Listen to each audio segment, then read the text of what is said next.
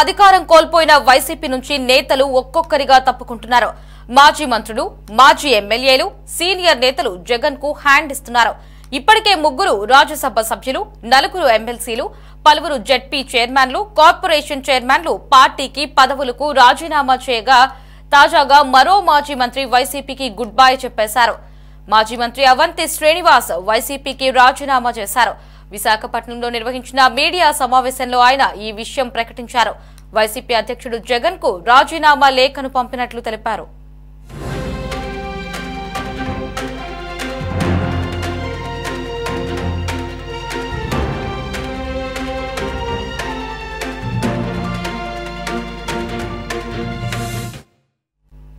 Avanthi Srinivas YCP ప్రభుత్వంలో 2.5 ఏళ్లు మంత్రిగా పనిచేశారు. పార్టీలో కీలక నేతగా ఉన్నారు. కొంతకాలంగా వైసీపీకి దూరంగా ఉంటున్న ఆయన వాస్తవానికి ఎన్నికల సమయంలోనే వైసీపీని వీడతారనే ప్రచారం జరిగింది. కానీ ఆయన ఎలాంటి నిర్ణయం తీసుకోలేదు. ఇప్పుడు వైసీపీని వీడారు. గత ఎన్నికల్లో వైసీపీ తరపున భీమిలి నుంచి పోటీ చేసి టీడీపీ అభ్యర్థి గంటా శ్రీనివాసరావు చేతిలో ఓడిపోయారు.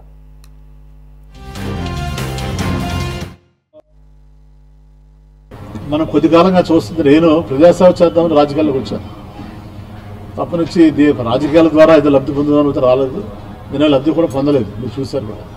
గత 16 సంవత్సరాల నుంచి, 17 ఏళ్ళ నుంచి నాకు పొందే ఉద్దేశం కూడా లేదు. అలా ₹1 కూడా నేను సంపాదించలేదు, సంపాదించే ఉద్దేశం కూడా లేదు. సో ప్రజాసేవ చేద్దామని వచ్చాము. అది మనం అనుకున్న కొన్ని చేయగలిగాము, కొన్ని చేయలేము. అది సహజం ఎక్కడైనా. కాకపోతే మొన్న జరిగిన ఎలక్షన్లో కొంచెం చాలా బాధ కలిగించింది.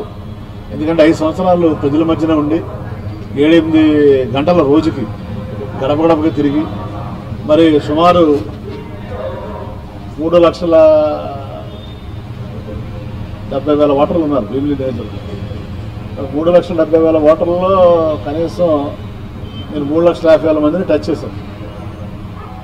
మరి సేవ చేశాం. 8 గంటలు తిరిగాను. తర్వాత ప్రతి ఇంటికి ఏదో లబ్ధి చేకూర్చాం.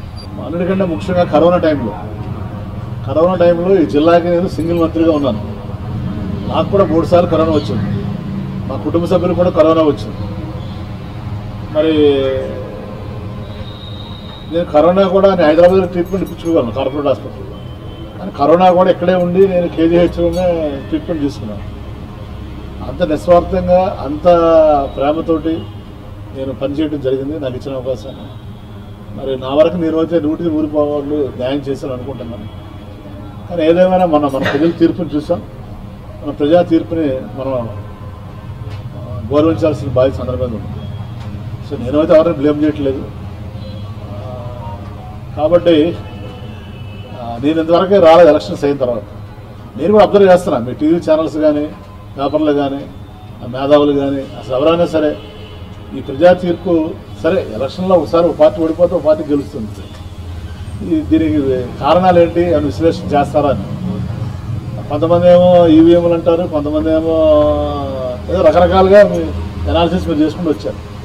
సో ఇదేంటంటే ఒక కేస్ స్టడీ. మీరు కూడా అసలు ప్రజలు ఎందుకు తిరస్కరించారు అనేది కూడా మీరు ఒకసారి కేస్ స్టడీ చేయాలి. మరి రాజధాని పెడతామన్నా, అన్ని పథకాలు ఇచ్చినా, మరి ఎలాంటి అవినీతి లేకుండా పరిపాలించినా మరి ఎందుకు ప్రజలు ఇచ్చేసారు అనేది తప్పనిసరిగా మరి నా వరకు అయితే నాకేమీ అర్థం కాలేదు ఎందుకు అలా జరిగింది అనేది. మరి నేను అనుకుంటాం ఇక్కడ స్థానికంగా ఉన్నటువంటి అభ్యర్థులను చూసి వాళ్ళు ఓట్లేదు ప్రజలు, పైన ఉన్న వాళ్ళని చూసి వాళ్ళు నిర్ణయం తీసుకుని ఉండొచ్చు అని నేను భావిస్తున్నాను. మా వరకే నేను మా పార్టీ కార్యకర్తలు కానీ, తెలుగుదేశం కానీ, జనసేన ఏ పార్టీ కార్యకర్తలు కానీ, నాయకులు కానీ ఇబ్బంది పెట్టలేదు. ఎవరికి కూడా ఎలాంటి భూ కబ్జాలని ప్రోత్సహించలేదు, ఎవరికి ఎలాంటి అన్యాయం చేయలేదు, ఎలాంటి అవినీతిని ప్రోత్సహించలే. మీ అందరూ కూడా చూశారు 5 సంవత్సరాలు నేను ఎలా పరిపాలించాను యాజ్ ఎమ్మెల్యేగా, యాజ్ మంత్రిగా. కానీ ప్రజలు విలక్షణమైన తీర్పులు ఇచ్చారు, తప్పులేదు. సో ప్రజా తీర్పును గౌరవించాల్సిన బాధ్యత మనందరి మీద ఉంది.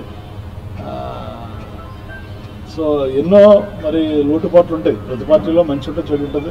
ప్రతి నాయకుల్లో మంచి చెడు 2 ఉంటాయి. వాటిని విశ్లేషణ చేసుకుని మంచిని మనం ముందుకు తీసుకెళ్తాం. మన వల్ల తప్పులు కానీ చెడు కానీ ఉంటే వాటిని మరి విశ్లేషణ చేసి రెక్టిఫై చేసుకుని ముందుకెళ్ళడం జరుగుతుంది. కానీ నేను ఇప్పుడు ఈ నిర్ణయం తీసుకున్న సడన్గా కారణం ఏంటంటే మరి ఏ ప్రభుత్వం వచ్చినా కొత్త ప్రభుత్వం వచ్చినప్పుడు ప్రభుత్వానికి కనీసం సంవత్సరం టైం ఇవ్వాలి. మనం ఒక సంవత్సరం కూడా టైం ఇవ్వకుండా మనం 6 నెలల నుంచే మనం వెళ్ళి మన ప్రజలను మళ్ళీ ఇబ్బంది పెడతాం, లేకపోతే నాయకులను ఇబ్బంది పెడతాం, కార్యకర్తలను ఇబ్బంది పెడతాం అనేది కరెక్ట్ కాదు అని నేను భావించి నిర్ణయం తీసుకోవడం జరిగింది. ఎందుకంటే ముఖ్యంగా 5 సంవత్సరాలు ప్రభుత్వ అధికారులు ఉన్నా కూడా వైఎస్ఆర్సీపీ పార్టీ కార్యకర్తలు చాలా ఇబ్బందులు పడ్డారు. ఎందుకంటే అంతా వాలంటీర్స్ నడిపించారు. కార్యకర్తలకి కానీ నాయకులకు కానీ ఏమీ గౌరవం అనేది లేదు. వాళ్ళకి పొలిటికల్గా కానీ ఫైనాన్షియల్గా కానీ. మళ్ళీ అది అయిపోయిన తర్వాత ఒక సంవత్సరం కూడా వాళ్ళకి గ్యాప్ ఇవ్వకుండా మరి వెంటనే మళ్ళీ జమిలీ ఎలక్షన్ వస్తుంది, ఇంకా ఎలక్షన్ వస్తుంది. ప్రభుత్వానికి టైం ఇవ్వకుండా నాయకులు కార్యకర్తలు నలిగిపోయి ఉన్నారు. మళ్ళీ వాళ్ళకు కూడా మనం ఈయన టైం ఇవ్వకుండా మళ్ళీ రేపటి నుంచి మనం ధర్నాలు చేయండి, ఇది చేయండి అని చెప్పడం ఎంతవరకు కరెక్ట్. ఎందుకంటే పార్టీ విధానం అనేది 175 మంది ఎమ్మెల్యేలు, 175 ఇన్ఛార్జీలు ఉంటే 175 మందిని కన్సల్ట్ చేసి మన పార్టీ ముందుకెళ్ళాలి కార్యక్రమాలు. అంతేగాని ఏదో మన బ్రిటిష్ గవర్నమెంట్ రూల్ చేసినప్పుడు బ్రిటిష్ వాళ్ళు చూడండి, వాళ్ళ డెసిషన్స్ అని అక్కడ తీసుకునేవాళ్ళు. ఎక్కడ లండన్లో తీసుకుని ఆ డెసిషన్ మనకి పంపిస్తే ఇంప్లిమెంట్ చేసేవాళ్ళు. ఇప్పుడు ఏ పార్టీ అయినా ప్రజాస్వామ్యబద్ధంగా ఉండాలి, కానీ ప్రజాస్వామ్యబద్ధంగా లేకుండా నిర్ణయాలను ఏకపక్షంగా తీసుకుని వాటిని మీరు అమలు చేయండి అని చెప్పడం కరెక్ట్ కాదు. సో ఎందుకంటే మళ్ళీ నాకు కార్యకర్తలనే ఎంత ఇబ్బంది పడ్డారో 5 సంవత్సరాలు చూస్తాను దగ్గర, వాళ్ళంతా నలిగిపోయారు దగ్గర నుండి చూస్తాను.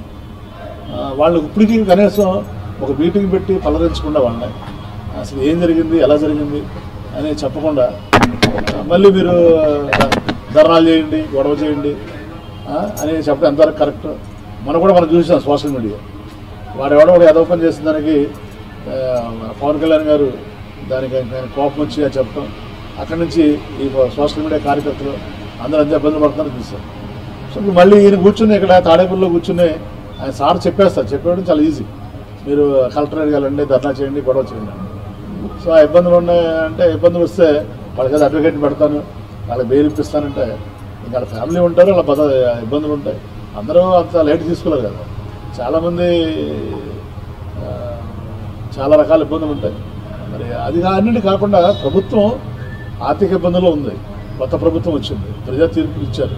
ఇచ్చినప్పుడు ఆర్థిక ఇబ్బందులు ఉన్నప్పుడు మనం ఏదో అప్పుడే పంపనుకున్నట్టు ప్రజలు 5 సంవత్సరాల తర్వాత డిసైడ్ చేస్తారు. వాళ్ళు సూపర్ 6 అమలు చేశారా లేదా, వాళ్ళు ఇచ్చినప్పుడు మేనిఫెస్టో అమలు చేశారా లేదా అనేది పీపుల్ విల్ డిసైడ్. మనం ప్రజలు మ్యాండేట్ ఇచ్చిన దానికి 5 సంవత్సరాలు ఇచ్చారు. రాష్ట్రపతి గారు చెప్పాడు, ఏదైనా అడిగితే ప్రెసిడెంట్ సార్ మీరు ఇచ్చలేదు అవునయ్యా చేయలేదు, మాకు చేయమని 5 సంవత్సరాలు టైం ఇచ్చారు.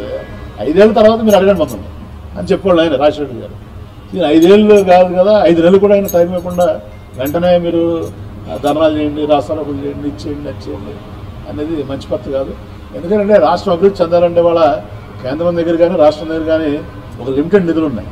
మన పెట్టుబడులు రావాలి. పెట్టుబడులు రావాలంటే ఏంటి, ఒక స్థిరమైన ప్రభుత్వం ఉంటేనే పెట్టుబడులు వస్తాయి. మనం కూడా చూసాం పక్క రాష్ట్రం తెలంగాణలో 10 ఏళ్ళు టీఆర్ఎస్ పరిపాలించింది కాబట్టి హైదరాబాద్ ఆ మాత్రం అభివృద్ధి చెందింది. మన వాళ్ళు ఏమైనా రాష్ట్రం విడిపోతే